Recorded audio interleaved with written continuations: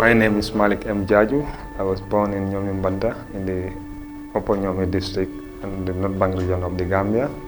I came from an extended family. Growing up, I grew up in a community surrounded by poverty, lack of opportunities, and a whole lot of things. And from an early age, I began to question myself, is this the kind of life that I want to live? Or then the answer becomes no. So from a young age, I was fortunate enough to come across a lot of books. I read widely at a very early age, and that is when I came across this book, Think and Grow Rich, and by Napoleon Hills. And that book really built the foundation of who I want to be, and it shaped my mind that you can have a dream, but for you to have a dream, you must be ready to make a lot of sacrifices to walk through it. And because I came from a community that's always doubted people, you have certain dreams, people will always say, it's not possible, you can't do it, it's risky, don't try it. Like a lot of young people growing up, because opportunities were limited. I didn't come from a family that was wealthy.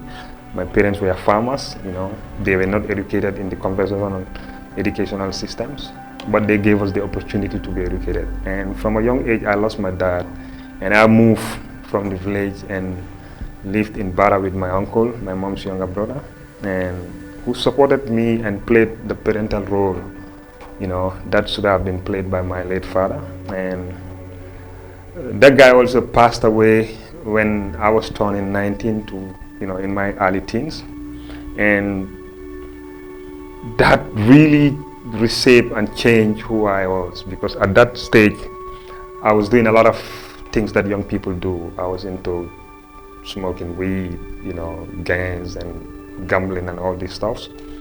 And when he passed away, I could remember like a lot of people cried during the day. I didn't, but all the cryings that I did was during the night, because what came to me were questions, doubts, not knowing what the future holds, because this was somebody who would go all out to make sure he provided everything that I needed and my siblings with my mom.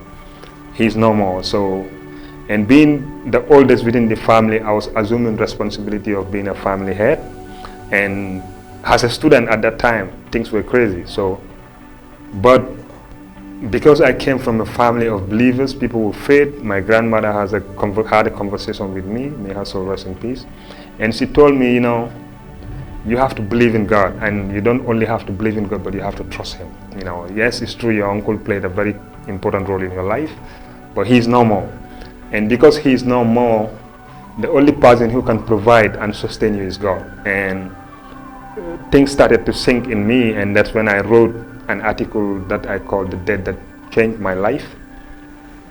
I wrote these things, and I used to read them a lot to motivate me. So as a student, I was going to school during the day. I was working as a bakery attendant, or I was working as a porter just to raise money, to be able to sustain myself and my family, to support also my education. And that's what I did. I graduated in 2000, go out there, look for jobs for almost 3-4 years. I wasn't employed until 2014 when I had the opportunity, 2004, sorry, when I had the opportunity to work with Deloitte. And at that point, I realized I didn't have any skills that were visible to me then. Okay, I knew like the only way I could transform my life and that of my family was to concentrate on my education. So I started investing all the monies that I was making on education.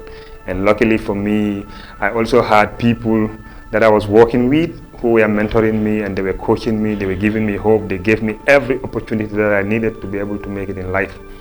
And when I had my BA, it opened a lot of opportunities for me. So, as I worked both in Gambia and with multinational companies, it started opening the horizon, and it started giving me beliefs that I could do whatever I want. And in 2014, I sat down and I realized, I've worked for people, I've made money for people, and looking at myself, taking stock of how far I have came, I realized I didn't even have a brick, not talk less of a house. Then I said, I have to stop working for people. Hello dear viewers, do you want more amazing content? Kindly follow us on Facebook and YouTube, Instagram and Twitter.